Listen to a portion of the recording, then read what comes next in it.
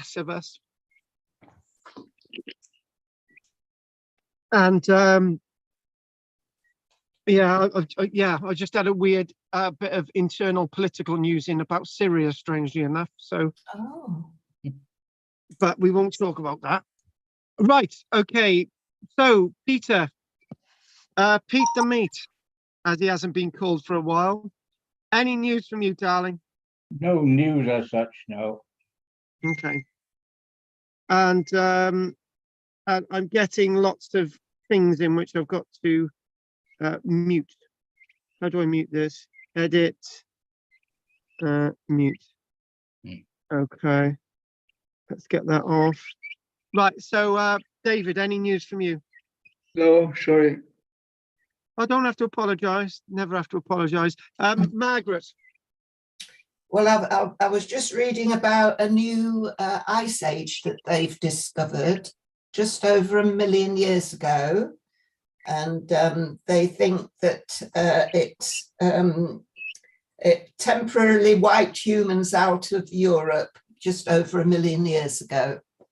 So this would have been the hominids in Europe, you know, like the habilis and maybe we don't really know the Denisovans. We don't really know what type of hominids were in Europe, to be honest with you now, because it's changing all the time. But interesting one, that. Yeah, thank you for that. That ties us in with the news that we've been getting, I think. So thank you for that. Anything else, Margaret? No. Good. Yeah, that's the thing these days. We used to get lots of Neanderthal news. I don't think they can say anything more about Neanderthals now, other than everything. And my pure view about Neanderthals is it's almost as if something's telling me that maybe the Neanderthals were directly descended from Neanderthals and not Homo sapiens sapiens, and it's the Homo sapiens sapiens that were the ones on the edge of extinction. I know that's totally impossible, but you know, it's just almost as if having a box of information. We've got more information about Homo sapien Neanderthals than we ever have with the Homo sapiens sapiens. And the weirdest thing, one of the biggest things, the Shanandar cave in northern Iraq, we've got the earliest human remains from Neanderthals, but the earliest complete or near complete human remains don't come for another 20,000 years. And it's really weird that all these strange things. Anyway, this is what I feel. Andy, next.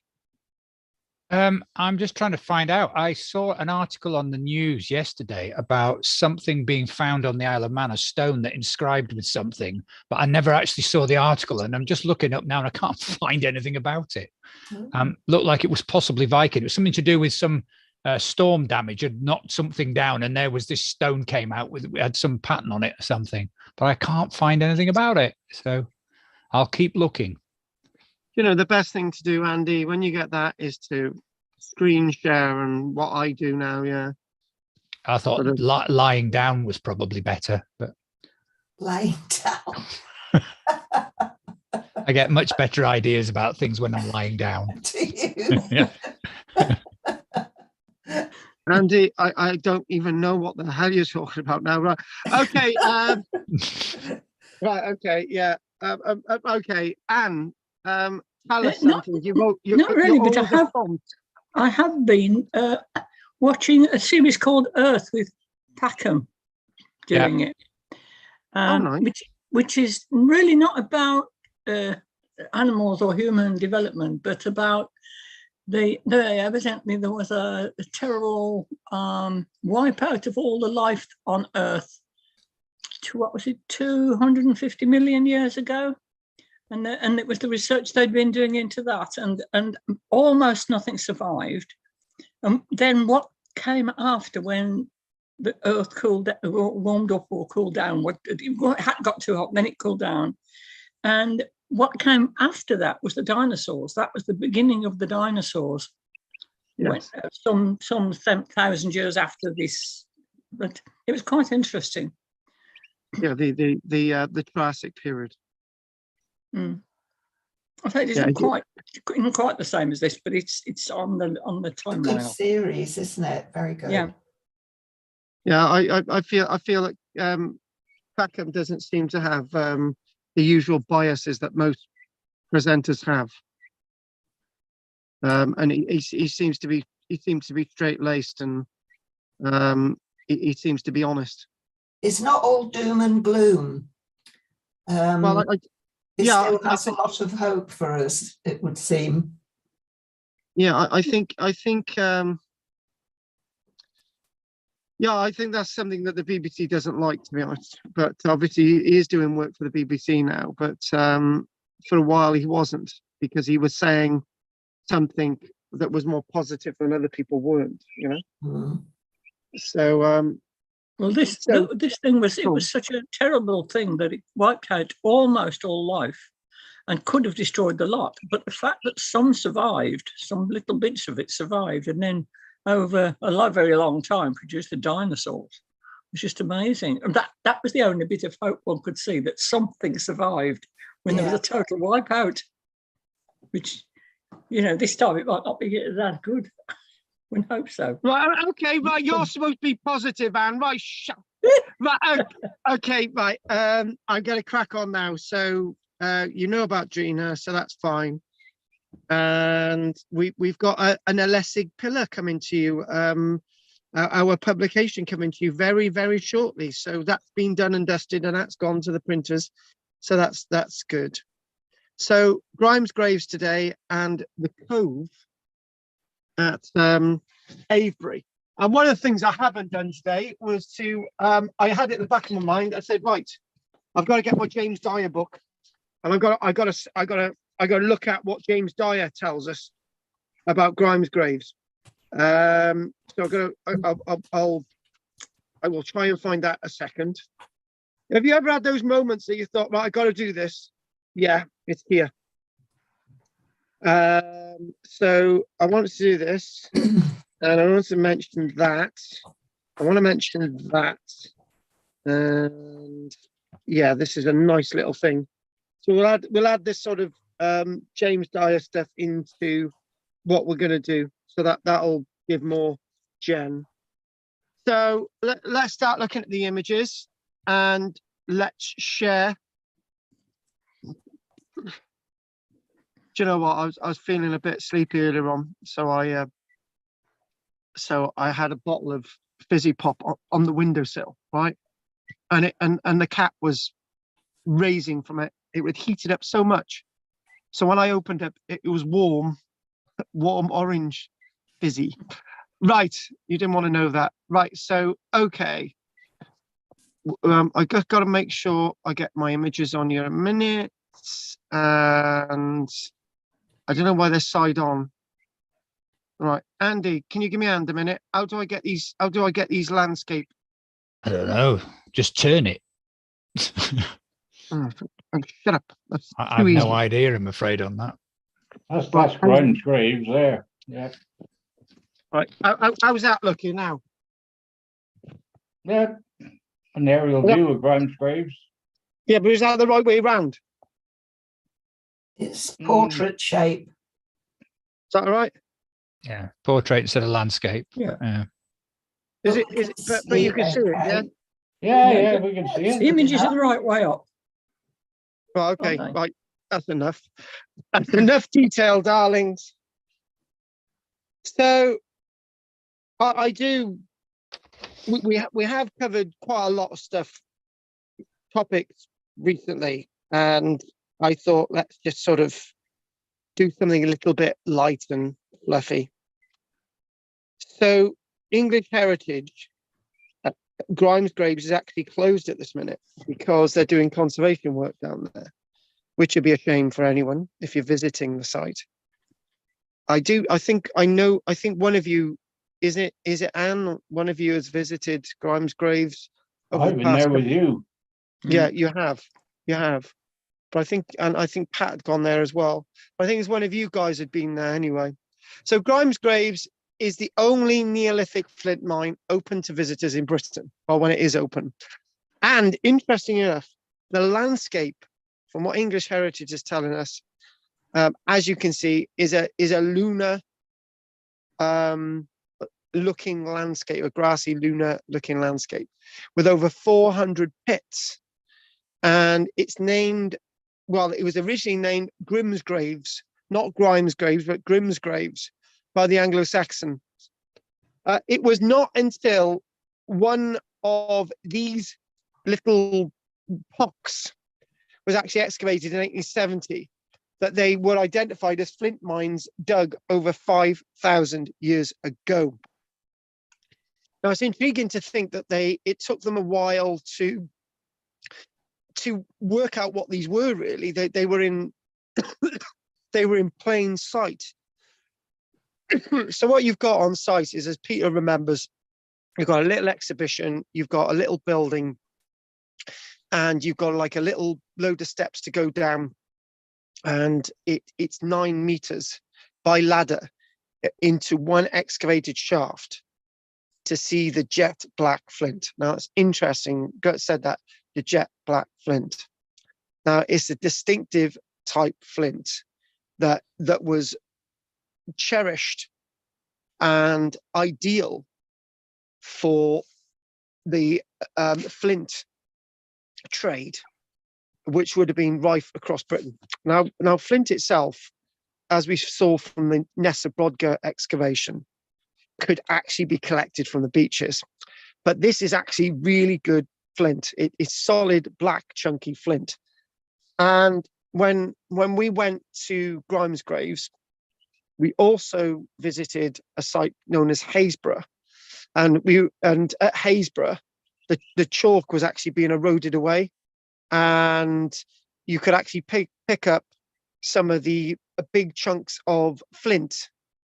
The flint sort of you got different phases of the flint, so you're able to collect beds of the flint, and we've still got them in the studio. And it was so we bring a bit back with us off the beach because it's just been eroded in the sea. Same type of stuff from here. We actually had a little bit of a workshop, and we actually made sort of crude tools with them as well. So Grimesgraves to me is very much a site that offers so much and delivers so much as well. And it's that sort of mystery that until the 1870s that nobody really knew what it was. And when we turn to the likes of James Dyer's book, Ancient Britain, he starts off by on page 40, he says that flint was also used for making axes and other implements. He's done that on the back of looking at axe factories, and some of the famous ones like Great Langdale, the ones in North Wales like Penman Mire. They were set axes, stone axes, made from igneous and metamorphic rock. But flint itself is very different, and flint itself, the very, very best flint, is to be found in the likes of Norfolk and the south and the southeast, as far over as Dorset, basically on the border between Dorset and Devon, that you can actually find this flint in the ground. You can quarry it, but again, the best quarries themselves are to be found in Norfolk, but there are a few north of the Isle of Wight, the mainland, and coming over to Sussex as well. So when we think about axe factories, this is basically the epitome of them all. So whilst, as James Dyer says, whilst the raw material frequently found on the shore, the raw material found along the shore eroded. It isn't the best. It's just like lumps, and it's usually fractured, and it's not very good for making, really good axes from. And now I've got a few little illustrations here, and this looks a bit odd in the sense that, it's almost as if that guy looks a little bit like a slave, but I don't think he is at all. But what you can see is, as we look here, you've got different layers of the flint, and the best stuff, the floor stone, is what they're looking for, and this can be up to 15 meters in depth. So you can imagine, when, in the summer months, you're probably going to have light, but in the winter months, the light is going to be very, very poor. So there's been arguments over how they extracted the flint when they had limited light. You could think about oil lamps. I don't know who this is. Can Peter, whoever this is, can you add them on, please? So you could use oil lamps, for example. We know that we know that whale oil is being used at this time, and you could there's different ways you could have light down below. But there's also argued that when people are mining, they're just using their touch, because obviously flint is sharp, and you're going to cut yourself. And wow, that's flint. I found flint. So there's different ways of sort of looking at this. Lots of these passageways and chambers down below at the pit head, you could call it, are quite narrow. And as with Grimes Graves, as with the ones at Eastern Down on the south coast, as with the ones at Blackpath on the south coast, and Harrow Hill, which is another famous one, and Kisbury in Sussex. I can remember I actually went down to Kisbury, and there's a fort there, but you went down to Kisbury, and we think there's also evidence in Ireland at Antrim in County Antrim in Ballygally that there may have actually been a flint mine in Ireland as well. So again, it's sort of between sort of Norfolk all the way down to Sussex, and not too many mines that we know about in Wiltshire, which is a bit odd. Maybe there should be. So these Anglian miners really seem to put the mining of flint on the map.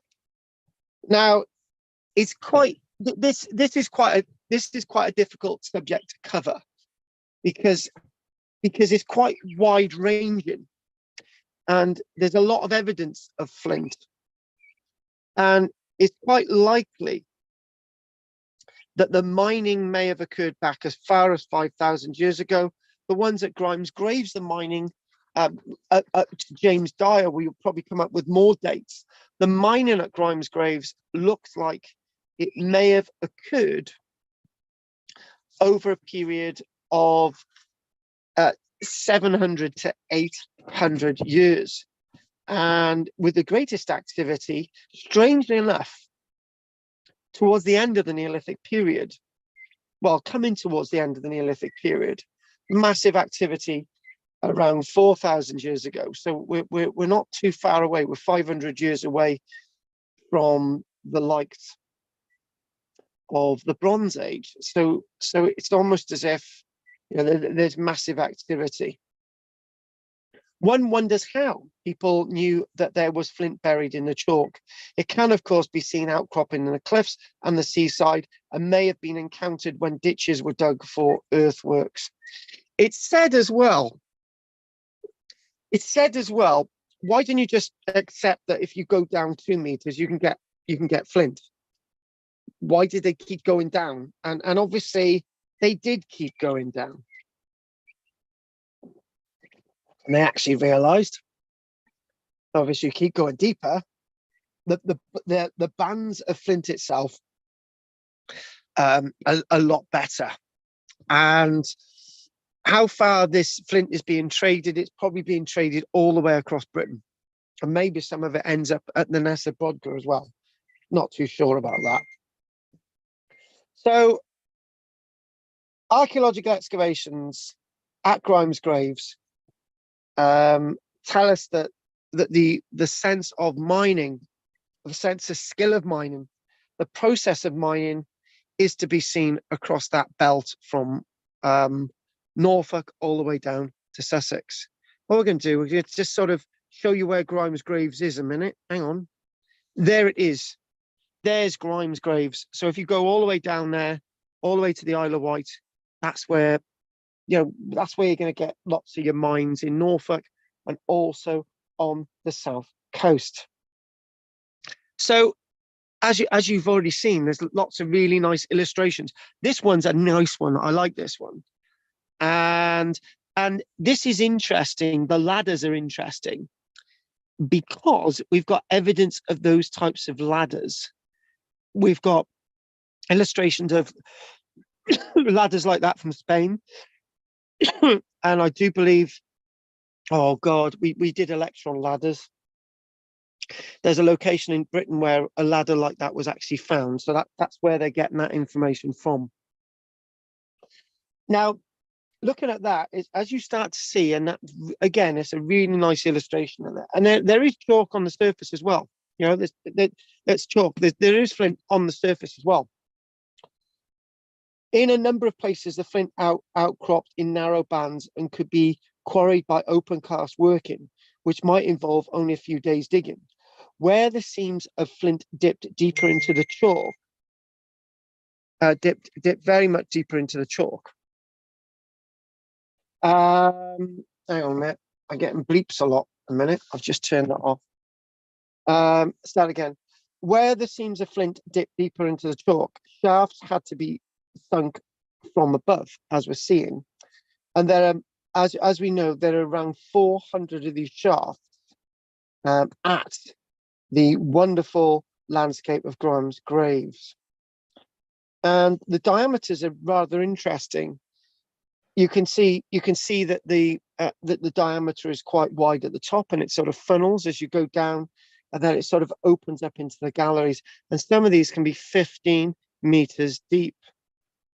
Now, the one thing that needs to be said initially and completely is that these people could not have done this without being supported, right? So you've had a day of mining all day, and the last thing you want to do is look after animals and plant crops and harvest. You know, you're going to be absolutely exhausted. And so the mining itself has another perspective. Okay, let's just do this blasé, right? They're mining flint, right? Happy days. It's traded across Britain. There are different flint mines. It's a great achievement. They went very deep, right?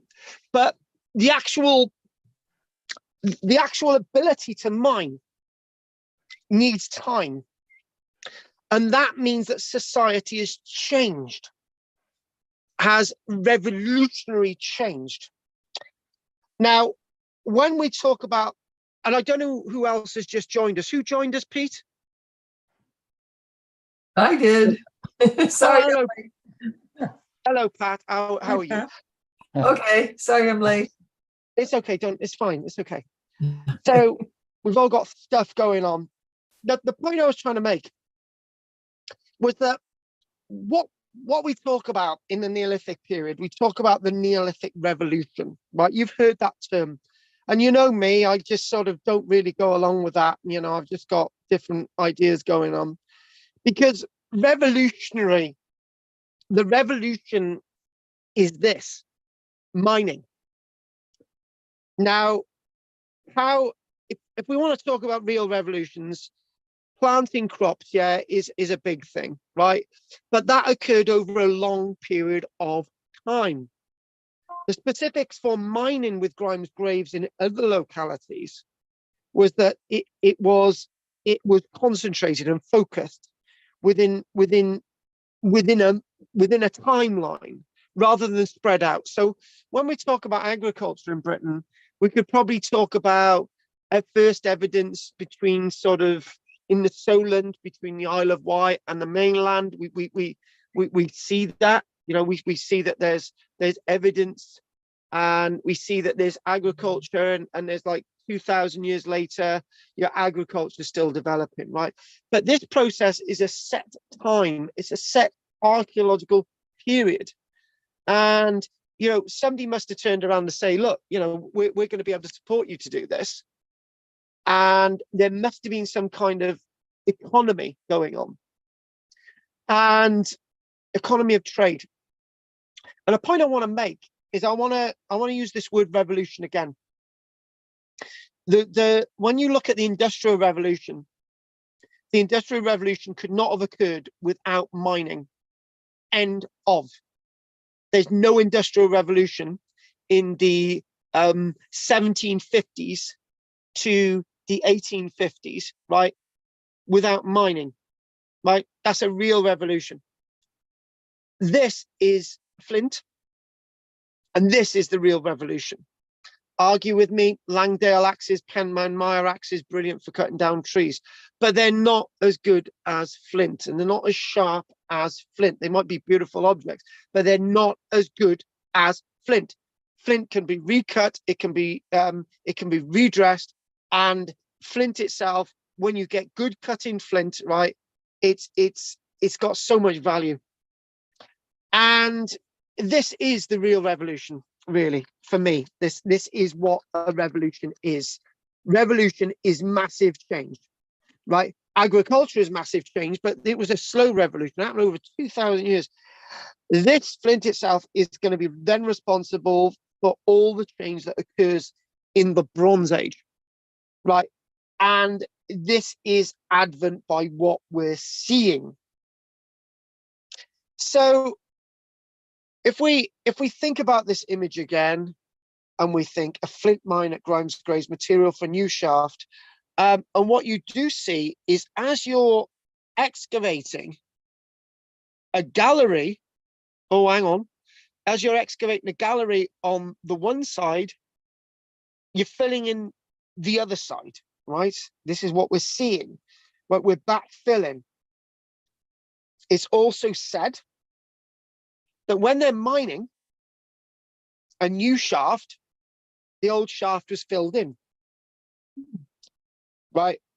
It's also said there's not as much evidence as I would like, but they may have roughed some of the flint out at the bottom, but more likely they roughed out flint at the top, because at the end of the day, the worst thing is, you know, you're roughing out flint to make tools and stuff. You cut yourself because you can't bloody see what you're doing. Right down below, let's get it up to the surface and rough it out. So again, the depths, the deepness of these seams of flint are the best flint. A load of tin in Cornwall later on, you get a load, what's called a load, a seam of tin in Cornwall. You can get them on the surface, right? But as Peter knows, the best tin is really deep below the surface, going under the sea. There you go. And when, again, looking at this, the stone occurs in 2, 3, maybe more bands. Now, what we've got the upper two are known as the top stone and the wall stone, right? So basically, they've got names for this, right? The top, so okay, if we're using this randomly, right? So that's the top one, right? And then you've got the terminology that you've got the wall stone, and then the nodules, the best, which have got the most interest in the miners, were made in the lowest layer. And obviously, let's just call it the floor stone, right? There it is, little band there. They wouldn't have called these, they wouldn't have called it this. They would have just mined, and they would have mined. And it's likely that they would have used all the flint, really, because if they didn't, there would be massive piles of flint. There'd be flaggies of them everywhere. So we look at this, and also the other thing as well is the seam itself isn't a meter thick like you get coal. It's not sort of millimeters thick where you get tin, right? It's about 10 centimeters thick. The stuff at the bottom, floor stone, is 10 centimeters thick, and it comes in. It doesn't come in little round nodules. It comes in like a well, it comes in a layer. It's like an undulating slab of stuff, right? So it comes out, you know, a floor stone. Basically, it is a floor stone. And again, looking at that there, this, I think this might be an Alan Sorrell illustration. Again, there's what have you noticed that have you noticed that if you go from the other illustration, right, we've got evidence of those ladders, right? We've also got evidence of these types of ladders, rope ladders, right? So obviously, and there's another type of ladder as well, which I'm hoping might be in the other illustration. I didn't see it. So the tools they're actually using, and this was actually a stamp. This actually shows it quite well. And there's Margaret, and there's David. Right there, they are working away.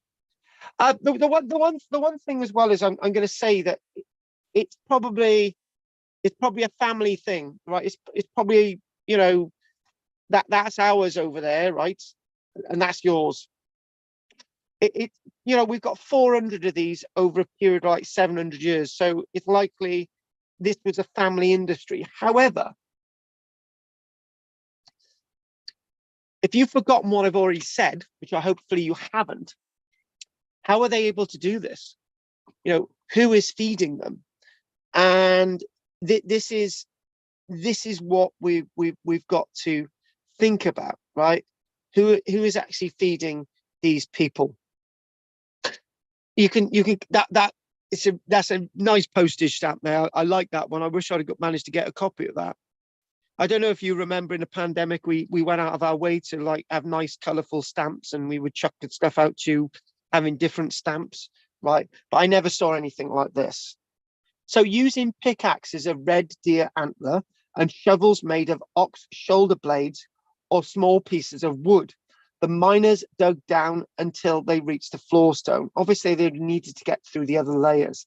Now, that's interesting as well. The antlers may have been naturally shed, but the ox shoulder blades, the oxen needs to be dead for you to have ox shoulder blades as mining equipment. So there's an evidence that so maybe an oxen was traded for X amount of baskets of flint, or maybe it was a little bit more complicated than that. So again, this is looking way down there. This is a woman and there's a gentleman. There would have been children. There would have been all ages. If this is a family industry, if this is a family undertaking, then everyone's going to be involved. Now, that's a clue. So we've already worked out that if they're using oxen shoulder blades, that's what they were eating. There was lots of deer available because they found lots of red deer antlers down below. And this sort of idea of access by a ladder. Sometimes if the shaft was deep, they inserted a platform about halfway down, enabling miners to descend into stages. So obviously not if we think of this and we're down there below, yeah, platforms. So I'm going to say that they've obviously got the evidence for these platforms, because when they're excavating, they've got holes in the side of the mine. But the problem is with platforms, folks, it's going to stop light getting down below. So let's just try and think about the problems that they had with this process. And the other thing that we don't see is actually little sort of cells and little sort of little chambers going off at the upper layers. So the wall stone and the top stone, they obviously would have used that, but they just thought, right, that's not as good as the stuff down below. Some bright spark must have realized that the stuff down below was the best. And I don't know if you guys are thinking that, why didn't they go to a fourth seam? Why didn't they go to a fifth seam? Why didn't they go to a sixth seam? Engineering wise, I don't think it would have been possible. I'm not saying they wouldn't have been able to do it, but I'm saying that if you go down like another 3 or 4 meters, that might take you to 20 meters. And you're thinking, well, okay, it may have just been worthwhile just going to this this top stone. Occasionally small galleries might be dug. It's saying that, you know, we don't have much evidence of galleries looking for the wall stone and the floor stone, but maybe there is one bit of evidence elsewhere, but they weren't really interested in that. They were interested in the floor stone. Now, these galleries were 2 meters wide, and around 1.5 meters in height initially. So if we go to, well, if we go there, we can see that there, and then they're starting to move in. So it's quite wide, but they're starting to move in. And if we sort of look at this, it sort of opens up, and but then it gets a little bit narrower to sort of half a meter. You know, for me, I wouldn't have been able to do it. I would have got claustrophobic so quickly. From these went small tunnels, less than a meter high, and it penetrated about 5 meters from the foot of the shaft. So you're going in 5 meters. And interestingly enough, the chalk was robust enough not to collapse. There must have been collapses. People must have lost their lives, but not much in the way of human remains down there, which is, again, an interesting thing. It must have been safe enough to go 5 meters into the seam to actually get the material that you so require. So often the gallery, what we would see is then eventually these would link up with other mines. And so underground, it's honeycombed with hundreds of tunnels, hundreds of these going off in various different directions. So again, looking down below and looking at that narrow, that's the chalk, the floor stone is gone. And if we look at, yeah, it looks very sort of, you know, it looks very well supported actually. And there are some of the antlers. That's the type of evidence that they've actually found down there. Sort of, you know, little antler chisels like that one there, and also this is what they're working with. So the miners worked lying on their sides in the galleries, removing the chalk with their picks and levering out the blocks of flint which lay buried beneath them. They passed the material back, it said, down the tunnel, and other workers removed it into baskets which could be hauled to the top of the shafts. So what I've got is, if we go along to there, you can imagine that's sort of what's going on. So you've got the shaft, you've got all these little passages going off there.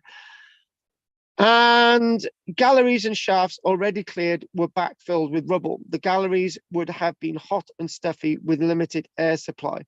Although we have no evidence for this, the miners must have worn protective clothing, especially for the hands, since the flint is razor sharp and the chalk very abrasive. Lamps made by hollowing out a block of chalk and filling it with animal fat have been found in a number of British mines, but none such have been found at Grimm's Graves yet. It is possible that daylight reflected from the white walls was sufficient when the miners' eyes became accustomed to it, providing the galleries were not too long. In the Sussex mines, for example, where soot marks have been found on the roofs and ashes on the floor, faggots or tapers were also used for lighting. Now, again, seeing how massively important this technology is, it sort of starts to make you think of the bold achievement this actually was. It is likely that about a dozen individuals worked each mine. A new shaft was dug every 1 or 2 years, it said, though the actual digging time may have only been about 2 months from start to finish. An average mine produced a whopping, wait for it, total of around 45 tons of flint. Now that's each mine. So we know of about 400. So you can add 400 times 45 tons. This would have been roughly trimmed and shaped. And the rough outs were then transported to be would-be customers. who we imagine were responsible for shaping the finished tools. These would include not only axes, but plough adzes, arrowheads, scrapers, knives, and sickles. The mining may have had the miners start again. The miners would have had very little time for agriculture, but it's said that it may have been that most of the mining was actually undertaken between agricultural activities, but I'm thinking not. Perhaps they exchanged their flint for a large part of their food supply. That's what I'm actually thinking. And obviously, this sort of industrial revolution, because we will go on with a little bit more detail in a moment, with this sort of industrial revolution, this flint revolution, the axes and adzes, the woodworking tools, would have been clear advances in carpentry and major crafts in Neolithic Britain. And this itself is how we start to see the importance of these wonderful mines. So that's what James Dyer says on this subject. But I've got more to go with now. So if we go with, we've done all that. We've done that quite good now. This is like a little sort of figurine. We mentioned this a few weeks ago. This was a figurine that was found. Some people think it's a fake. Some people think it's the genuine thing. We'll come back to that in a few moments. But looking at this aerial image. So there are many, James Dyer says that we're going more likely to a later date for Grimes graves.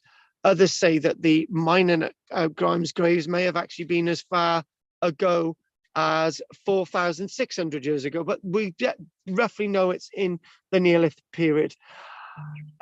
Again, production may have continued at other localities, and there may have been some continuance of production even when the Bronze Age and even when the Iron Age was upon people. When it's that great myth, isn't it?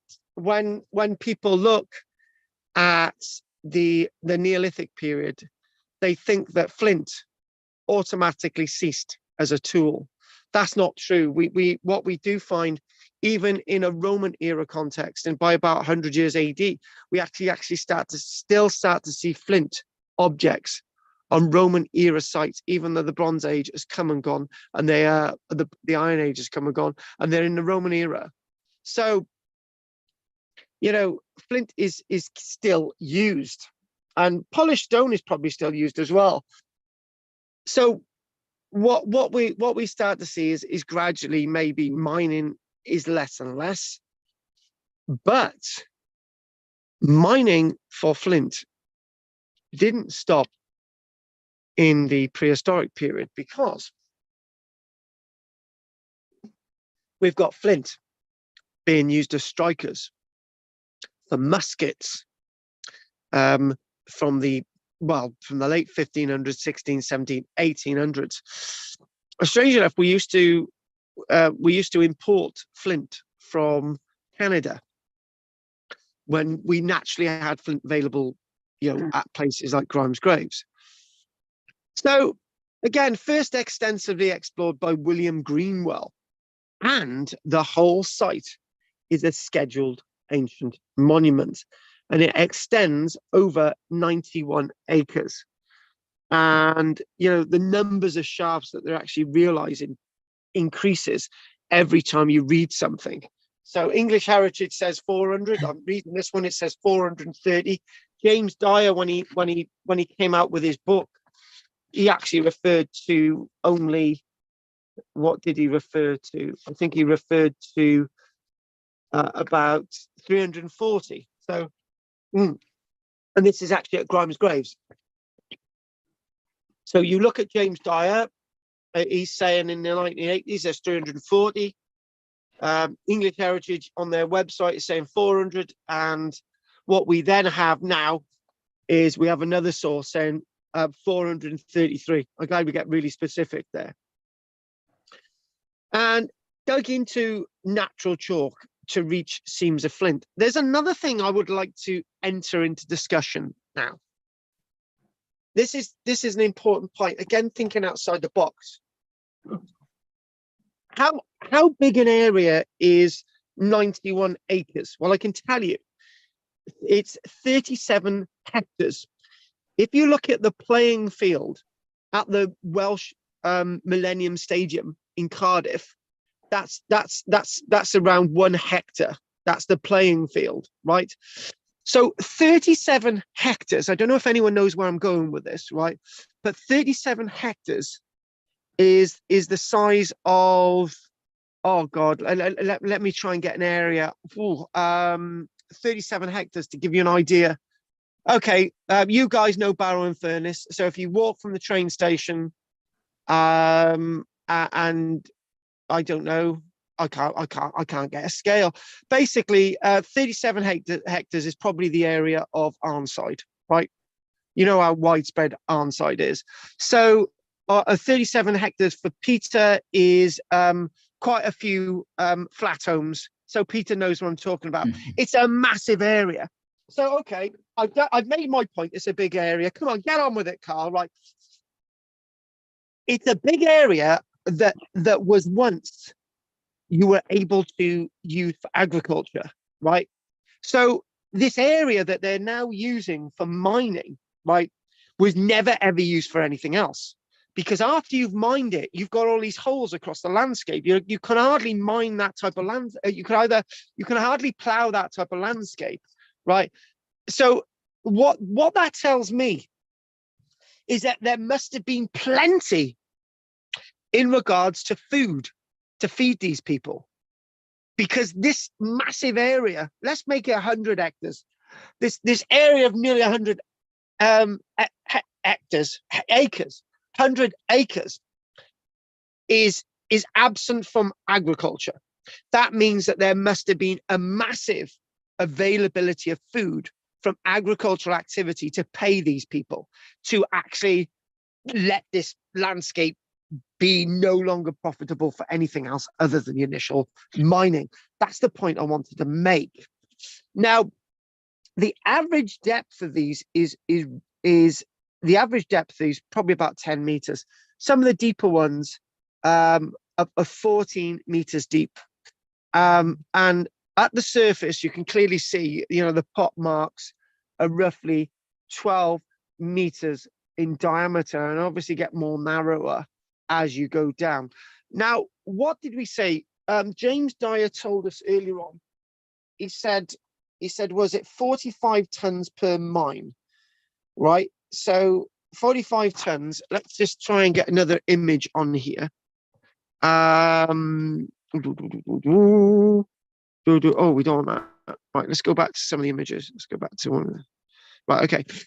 45 tons of flint out of there, right? Doesn't look it, but that's what James Dyer's estimate. So, and then to actually get that flint, you've got to remove 2,000 tons of chalk, right? Now, there's also something else I want to say as well, right? If we go to, I think if people know me, they should know me well by the way I think, right? I'm thinking something else, right? If you're going to remove, if you're going to remove, where's my figures? 2,000 tons of chalk, right? 2,000 tons, and you've got 45 tons of flint, right? The displacement value of the chalk would be that you'd be able to fill up a whole mine to the top with the chalk from another mine, right? Go with me on this, guys, right? Because down below, you're not filling all these cavities with waste, right? You're not filling them all with waste. So what I'm saying is another point. Are they also using the chalk for something else? I'm quite convinced of it. I think we've had this discussion before.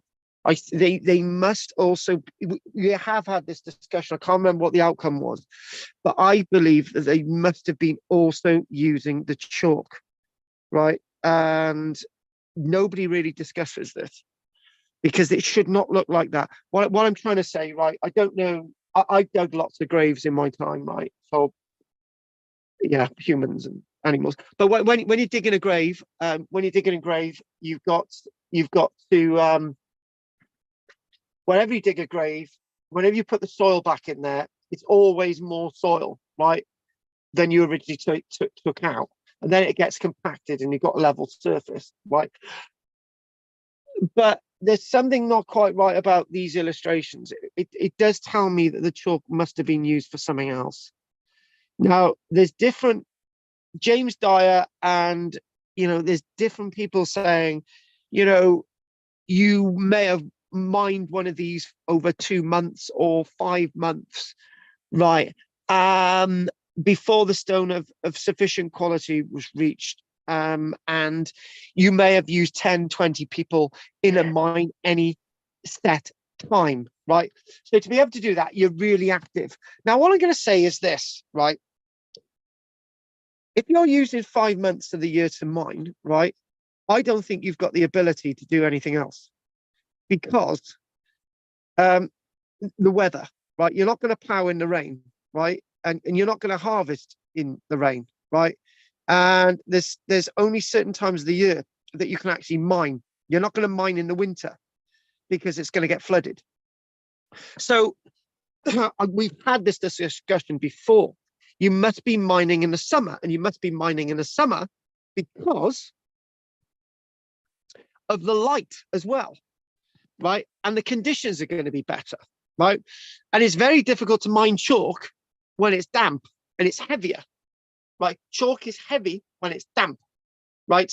So all these things, you can disagree with me on all of this, guys, right? But just let me keep going, right? So obviously you've been through the top stone, you've been through the wall stone, and the deepest layer, the floor stone. It's always the deepest layer. It's always the deepest layer. So again, this whole technology, which we're going to go on to, right, which we've got a nice little bit to still do about Grimes grave. So that's where we're going to go next, right? So let's just think, let's go to that little plan, right? So we've got that little plan down below. Now this is one of the shafts. Now I'm going to say it, right? One of you is going to ask this question, so I'm going to say it. So you've got 433 mines at Grimes graves, 500, whatever, right? Very few of them have been excavated, right? And again, I can remember in the past, we said that maybe the mines, some of them may have continued in use in other periods, i.e. there may have been mining here for flints, for muskets. However, nobody knew that these were actually flint mines until the 1870s. So that I'm really shot in the foot with that one. So where were they getting their flint from for the muskets other than Canada, which is quite a strange place to be getting it anyway. So in order to remove the chalk efficiently, the ancient miners, as we already said, would have built their platforms as they go down, and ladders as they dug downwards, and piled the spoil around the shaft opening using turf revetments to hold it in place for the season. Now there's another thing about this, right? So when, yeah, that's another point. This really sort of upsets the mix, right? As from that description, right? Get these bloody illustrations, right? There you can see this revetment on above, right? There's another point to be made here, right? So that means that means that you've got a strange effect that is offered by this pocking on the landscape. But I'm gonna say it, right? I'm gonna say it. I would challenge most archaeologists that this is actually the wisest way that the archaeology shows itself. And you might sort of revet it with turf. Well, that's just not going to hold. It's really not. I know, because I've done a lot of digging in my time. The best thing is to backfill into another mine, all these different things. So landscape around Grim Graves, characteristic pockmark appearance, and this whole landscape, this whole odd, strange, pockmark, bizarre landscape. Again, back to the Anglo-Saxons and their name, Grimes Graves. Well, we call it Grimes Graves with the ES, Grime, G-R-I-M, God. Their god, Grime, which basically means literally the masked or hooded one, a euphemism for Woden. So Grime is another name for Woden, right? So this is where he lived. This was his landscape. Although the pagan Anglo-Saxon seemed to have had some idea of what the site was, as the name of the site means literally the masked one's quarries. Grimsgraben, Graben, graves, Graben became Graben, which means quarries or diggings, was mistranslated to graves, Grimes Graves, right? Graben, Graben, Graben, and so it became graves. So people thought these were graves, Anglo-Saxon graves, rather than the remains of mining. Now, call me a gambling man, right? Call me a little bit of a gambler, right? But why did it take nearly until 1870 for somebody to actually dig these out? I've got to be honest with you. I'm going to gamble on this one. I reckon people must have dug into these well before, right? And found bugger all. Right, the guy who was digging here was a chap by the name of Canon William Greenwell, and he excavated one shaft in 1868, right? And again, this being found in more recent times. And is there more call to dig more of these mines? I would say there is, because not many of them been dug at all, which is quite strange. I know many have been dug all together, but it's more than one or two. And we'll come on to that in a short while. So what we've got is we've got examples of these sites, similar sites, in the likes of Poland, as we mentioned, in the south of Kisperi, we mentioned that, Spinez, in Belgium. So we've got other examples where work is actually going on down below.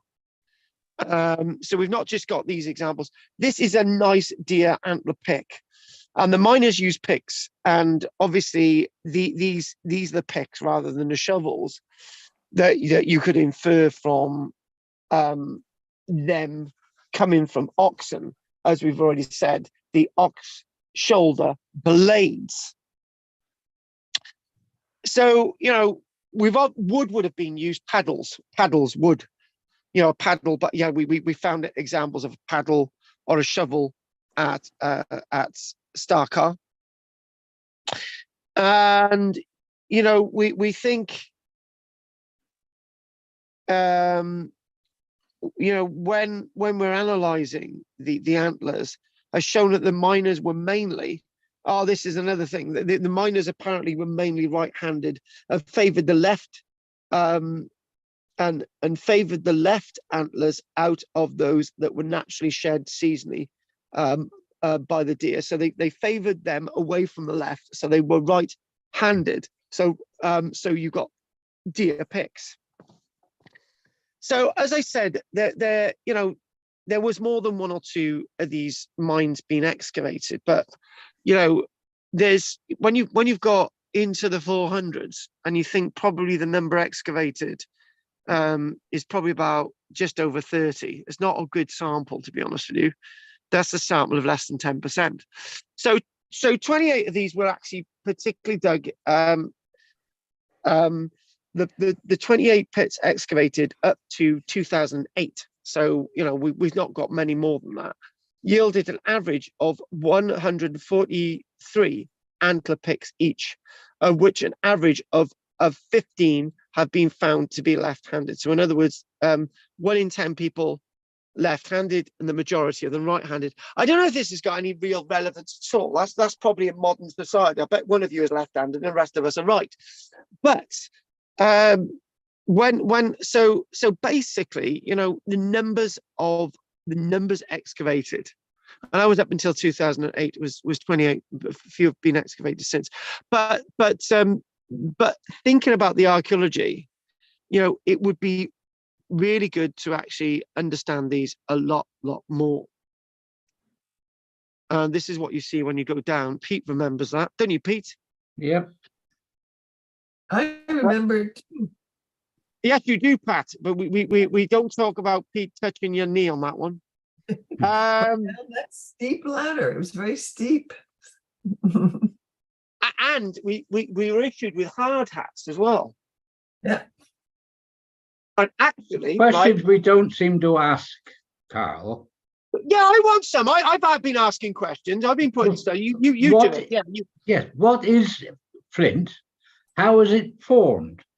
Now, looking at some of those layers, I would say it was a layer of material which was formed under extremely high pressure and high temperature into a glassy material, which it is. And then the Earth's movement of the Earth's crust broke it up into bits. And that's why we are mining those pieces. Right. Can I just answer that one, Pete? You would assume that, right? I do know the answer to this question, but I've actually gone on the internet to make sure I got it right. That's not exactly true, Pete. Right. Okay. That's not actually true. I would have thought that. So if we look at the description of flint, or its proper name, Pete, flint stone, is that Yes. sedimentary. It's sedimentary, cryptocrystalline form of mineral quartz. So in other words, Pete, if you It has to bend a be little, treated at high temperature to get its glassy appearance. it's not, Pete. It's not. It's compacted. It's not. It's compacted. It's Compacted basically under extreme high pressure then. no. It's not. It's not. Yeah. This is. It's not, Pete. And this is the thing. It's purely sedimentary.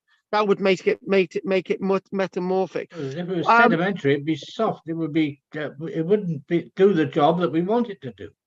Sounds like it's English, doesn't it? Quartz is not quartz is not heated. That's sedimentary as well. What I'm quartz gonna is crystalline. yeah, this is actually crystalline as well, but it's not the typical. It's crystalline. So Pete, I know what you're going to say, right? Pete, you're just going to have to go with what you're going to have to go with the wisdom that I've got here rather than my wisdom, right? So flint occurs chiefly as nodules and masses in sedimentary rocks such as chalks. Inside the nodule, flint is usually dark grey or black, green, white or brown in color, and it has a glassy or waxy appearance. A thin oxidized layer on the outside of the nodules is usually different in color, typically white and tough in texture. The nodules can often be found along streams and beaches. So the only way I can really describe this, I actually use spray foam a lot to fill gaps in the house, right? And basically, if you look with a reaction of chemicals, 1 minute you've got a liquid and it's exposed to oxygen and it hardens, right? So if we look at the same process with the crystallization and hardening of this stone, and basically this is actually formed. This is formed over millions of years rather than tens of millions of years. Of course. So Pete, what we're going to do, we're going to agree on what you've just said, but we're going to actually totally disagree at the same time. It's a crystallized form that is actually under pressure rather than heat is created. And that's as far as we're going to go, Pete. You can disagree with that. I could disagree with that, but we're Yeah, going to okay. agree with what we've read. Right, that's what we're going to do. I'm afraid I do tend to disagree to it. With those where you showed that one mine, it was in layers. There was layers of flint. Yes, there are layers of flint. There definitely So it was layers. formed in layers. Not necessarily. Sometimes it's formed in Yeah, nodules. there. Right. Oh, okay, Pete. The point is, right. Pete, let me do this. The top stone and the wall stone, which are the two layers first, right? Nodules form. It's not that good, right? It's not come together as one crystalline mass. The floor stone usually come together more as one crystalline mass because it's deeper. However, Pete, the point is, right, it's not exactly that deep. So the amount of pressures exerted from above, if this was like 100 meters deep, right, the pressures of the rock may actually compact it enough to get the crystalline matrix together to create the hard flint. But this is actually under 10 meters, right? So time gives us flint. The crystalline process gives us flint. And hopefully that will have answered your question. But I know you're shaking your head, but I'm going to shake my head as well and agree with what. Okay. But this is basically things, Pete, things we don't understand. But then again, you do understand them, Pete, because you've made basically sand into plastic. Yep. Yeah. You've done the other way around, Pete. You've made something hard to soft. Why don't we make something soft to hard? And now you've worked it out. Pete, thank you for that. I don't know where I bloody was now. Right, okay. I'm glad you asked that question because it's broken up it's broken it up a little bit, which is fine, which is good. I'm happy with that. Right, so we are going to go. I've just lost my notes. Right, they're back again. Right, so the point is back to this whole thing. I've given you things to think about, right? There's one author who says that there was up to 60 tons of flint taken out. Not the 45 that James Dyer is talking about, right? But there's lots of tonnage of flint coming out, right? There were some churches where they coated the outside of the walls entirely with flint. Yes, you're right. We saw a few of them, and we went to the Flint. The church that we went to was the one near near that Roman fort, Pete. Yeah. On the coast. That was oh God, yeah, one of the Roman forts on the coast. Yeah, there was a church nearby there, and so thinking about this, when you get all this flint to the surface, right, and you're roughing it or you're roughing it down below, the problem is if you're roughing it down below, you're going to get sharp bits everywhere. Not only it's going to be in the dark, you're going to get sharp bits everywhere. Let's be more practical. Rough it on the surface, right, to make blank tools that would then be traded and finished for polishing elsewhere. And this is quite an amazing figure, right? So I don't know if any of you are into quick maths, right? I want one of you's got to give me a quick mathematical answer, right? One of the authors said, right, out of the 433 mines, or maybe 500 mines, say we rough this up to 500 mines, right? So out of each mine, right, it's estimated that you could produce 10,000 axes, right? So how many millions of axes is that? Hang on a minute, I got to do my maths on this. I'm going a bit blonde. So that's 4 million axes. Is that right? Come on, Well, lots of axes. Lots of bloody axes, but it's 4 million axes, Pete, right? They would trade that's just from this area, right? So that's a lot. So when we think about it, it's said this is another astronomical figure. I don't know how much of this adds together, but they say up to 18,000 tons of flint were mined here, flint alone. However, there are large areas of the site covered by later activity, which are believed to conceal many more mine shafts. So in other words, folks, that's the point. That is the point I made earlier on, right? The point I made earlier on. Yeah, well, we've just proved my point. And I don't know if you've just seen it. If later activity is going on across the site, folks, right? I've got to work this out in my head. If later activity is going on across the site and there's many more mines, that later activity across the site was to fill in the holes to make them level for agriculture. Agreed, yes, because there's no settlements, there's no farms, they would have used it for agriculture, right? So that's a later activity. And seeing as they're not really, most people are not really interested in flint in later activity because we didn't really know what this was in later activity, they filled in the landscape for agriculture at other localities that are not pockmarked, right? So in other words, it's likely that all that there was flattened and leveled for agriculture, right? So the point I'm trying to make is they had enough agriculture in the Neolithic period that you didn't need to fill in these to make it level for agriculture because they didn't need to do it. That's proven my point, right? Not that I want to prove my point, but that's a good issue. So the axes here were far better in clearing forests and creating settlements, ploughing, axes, and all the rest. But the other point I would say is that still Langdale axe industry, Cumbria, and Penmaenmawr, North Wales, people would have still used axes from metamorphic and igneous rock, right, alongside flint. But as I say, flint is a lot more durable. And if we want to look at an axe that is actually from the site, look at that mother damnation. Let's get that side on. Let's get that full screen. Let's move this full screen. Let's look at that mother. Isn't that a beast?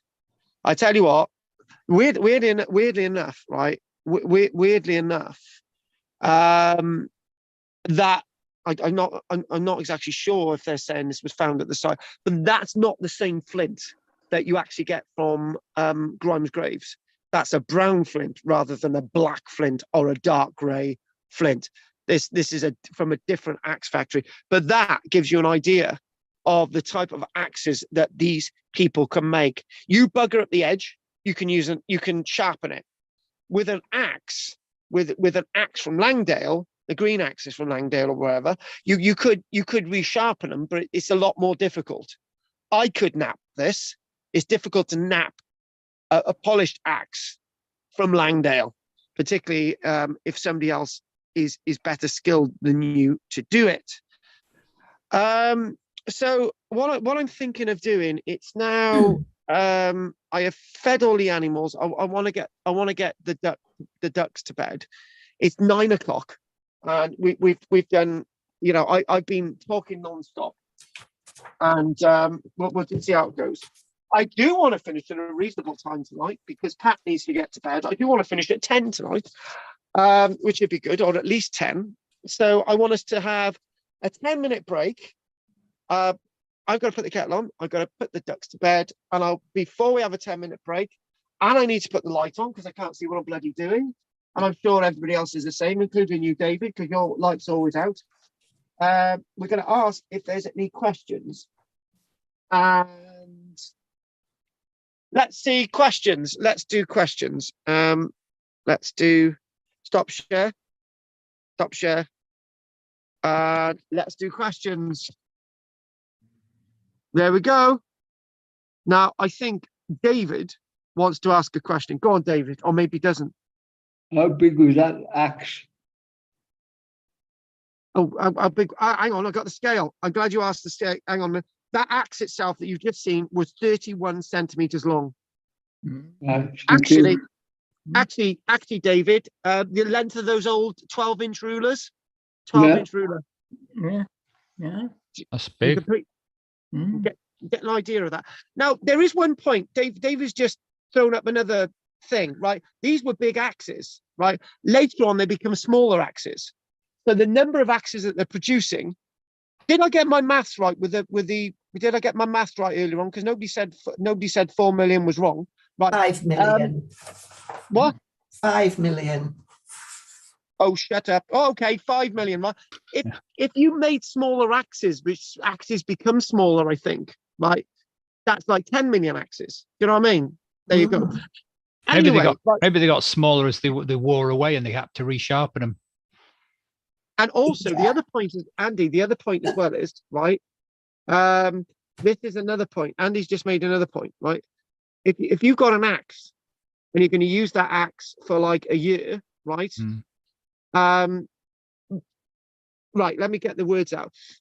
You're going to use that axe for a year and you live for like 50 years, right? And in your lifetime, you've got 20 axes, right? You can probably get an idea of the population of Britain from just that one axe factory. And there were loads of axe factories. In fact, it's likely that the population was much, much bigger. So I don't know. I don't know if we could do the maths on that because I have no idea how long an axe lasts. But you can get an idea of population figures by the numbers of axes that were mined over the period of time. But we're not doing that tonight. That's that. Andy, don't go there. Just don't do it. Anything else you want to say, Andy? I was thinking that the length of that would make it rather vulnerable to snapping, wouldn't it? And then you've got the other archaeologist saying maybe that was ceremonial. Yeah, but I think that's probably why you ended up with smaller ones. So. And yeah, the other thing, yeah, you are right, Andy, and it's quite tapered in. It's not. Yeah. That I could go with that. Right. Not all axes would have been used, would they? No, not necessarily. Exactly. Looking at the graves, so-called graves, and the dips. If you take 45 tons out of there and then put back in a similar amount of spoil, and you've got that ridge that they've built up around the edge, you would get a dip, wouldn't you? Because it wouldn't fill up because it's already above the surface. I see a point, but my point initially, because there's somebody reconstructing this year without the dip around it, right?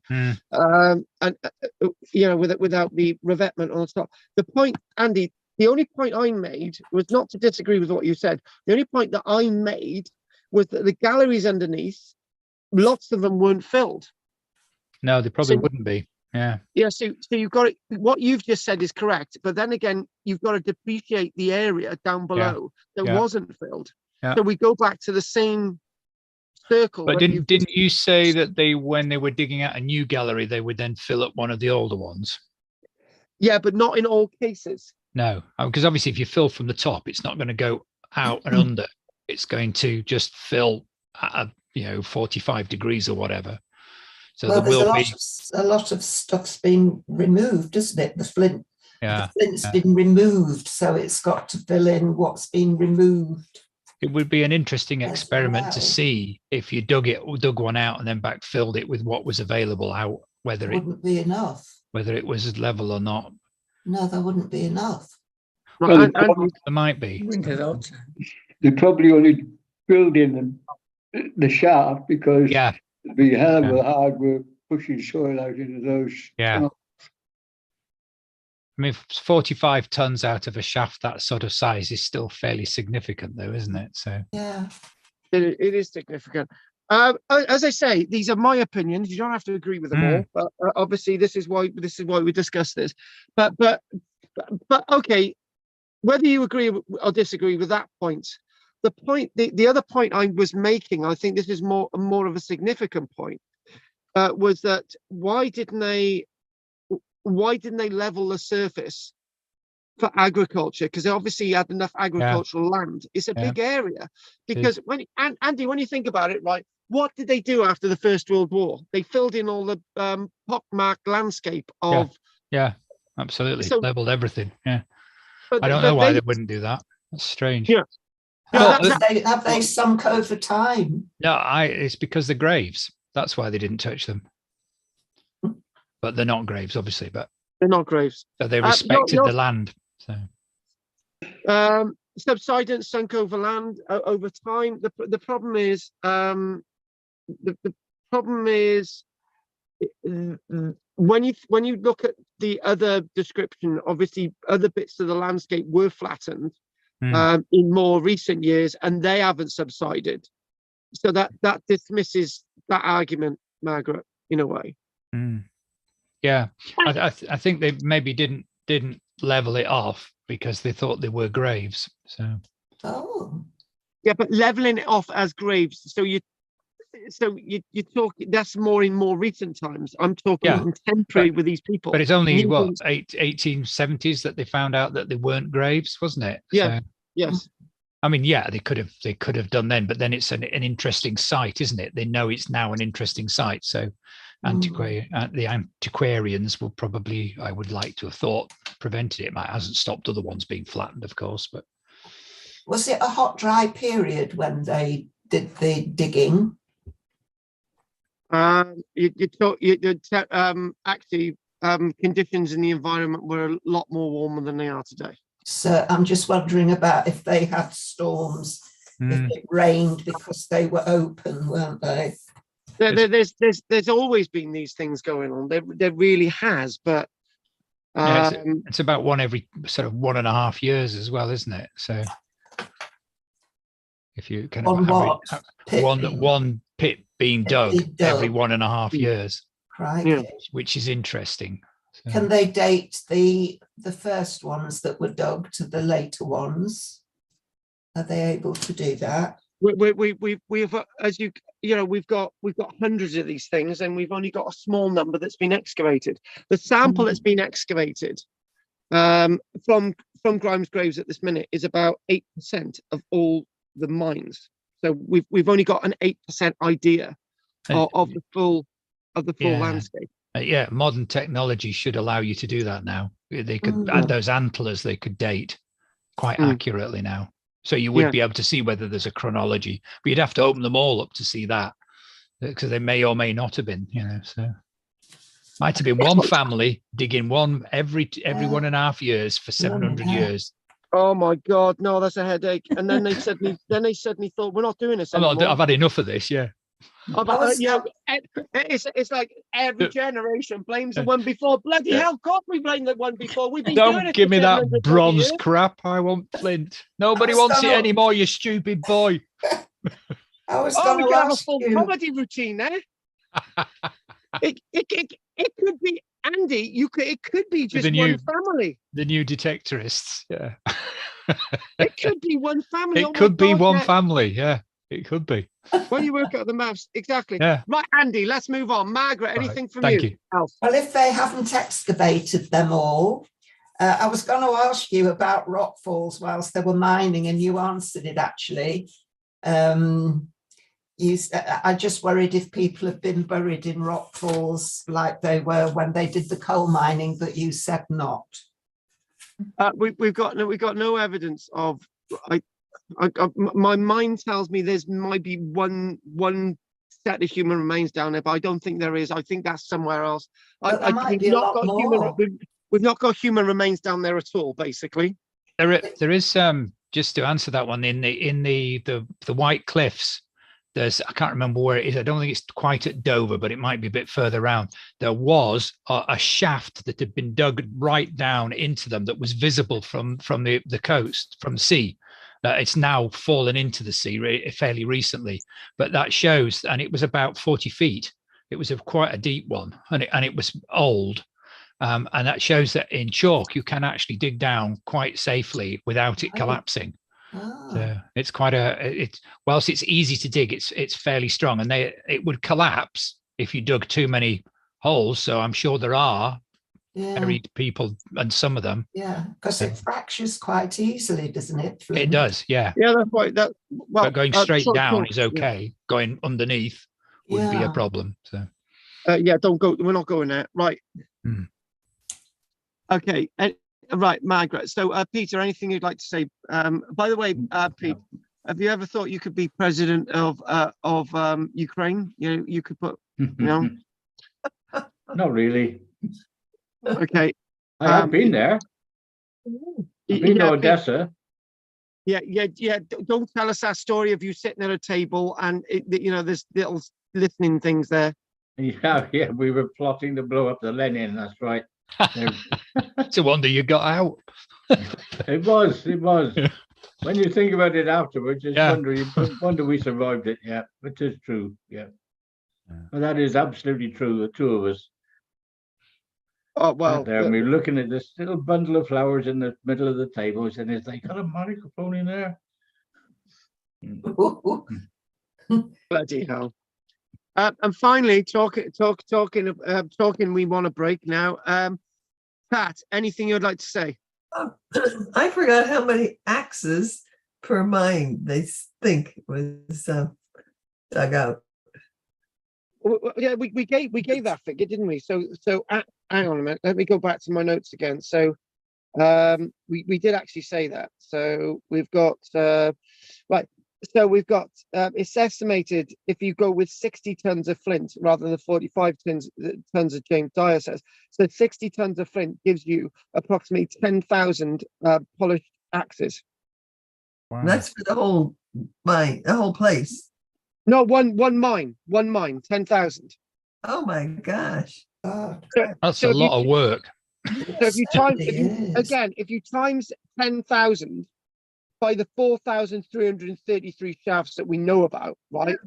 That gives you the amount of production over the possibly period of 700 years, and that's just that's just in that one mining landscape.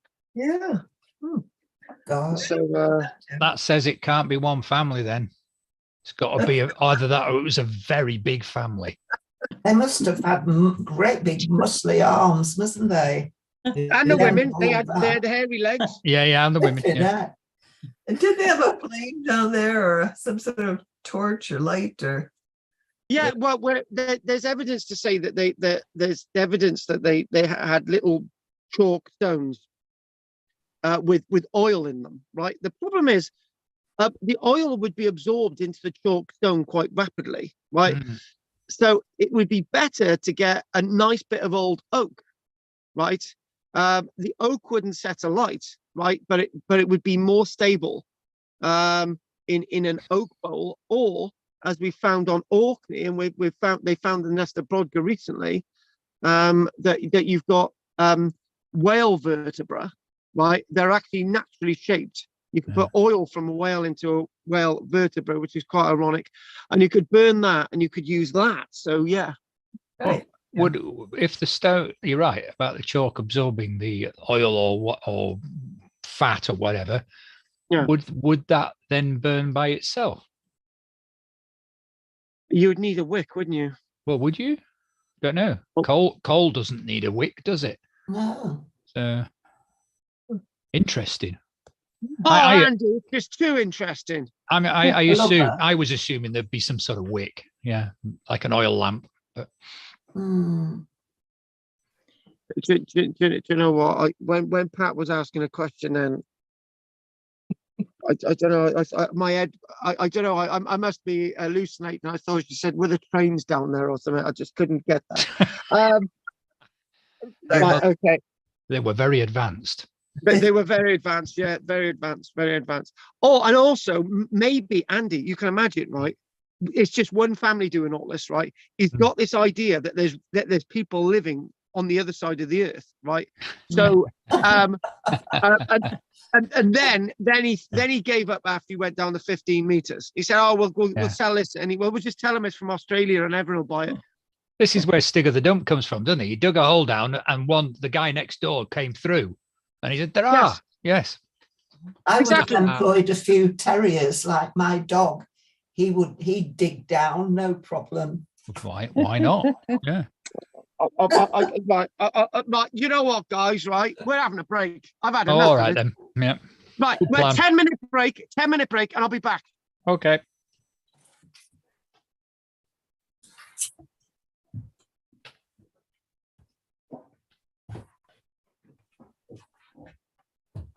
I've got to say, guys, how the hell have we done an hour and 30 minutes on Grimes Graves? Amazing.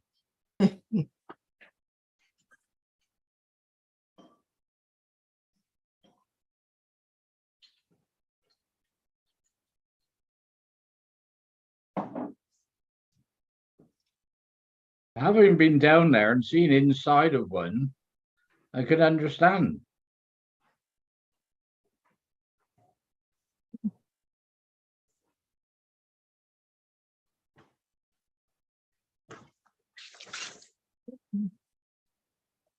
Yeah, all that.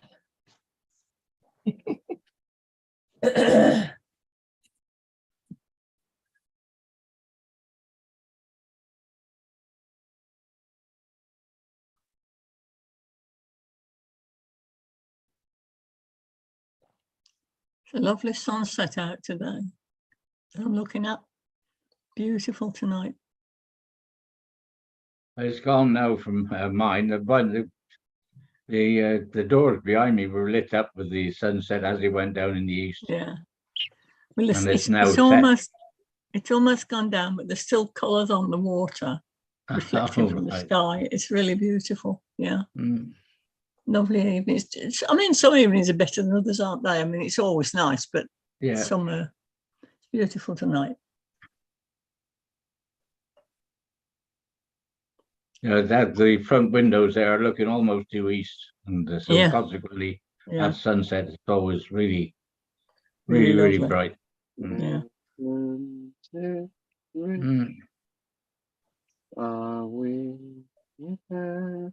Me here across the ground. Mm. I'll have to ask my question. I didn't get asked for my question. And I've come on. Here at last on the ground, you in midair. Bring on the clowns. There ought to be clowns. Don't worry, they're here. Don't you approve?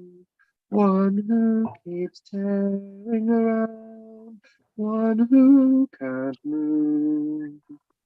Where are The the clowns. clowns? There ought to be clowns just when I'd stop opening doors. Finally knowing the one it was yours.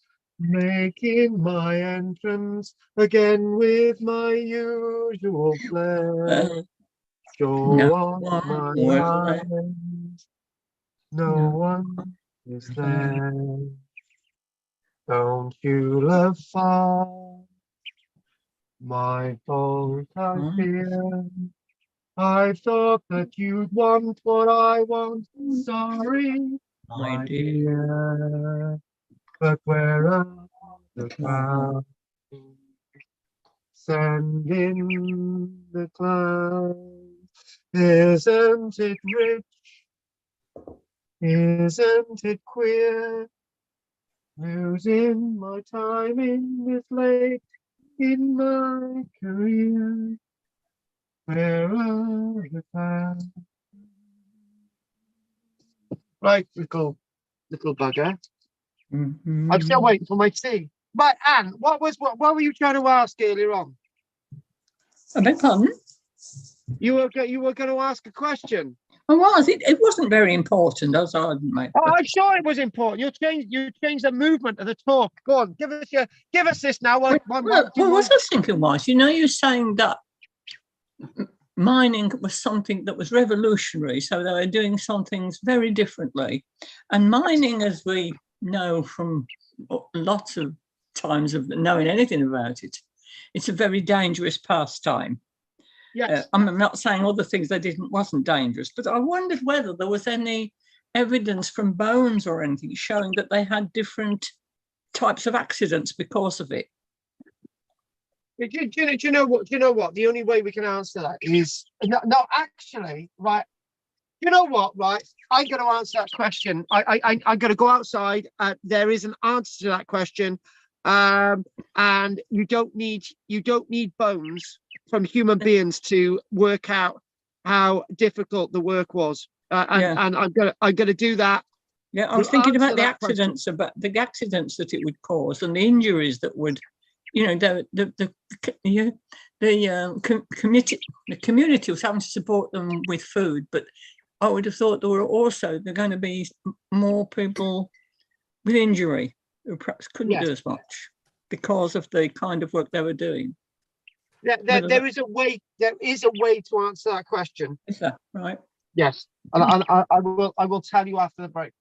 Okay. And this is something that I'm going to be getting in. You know, I talked about access analysis the other week and disability and looking at all this.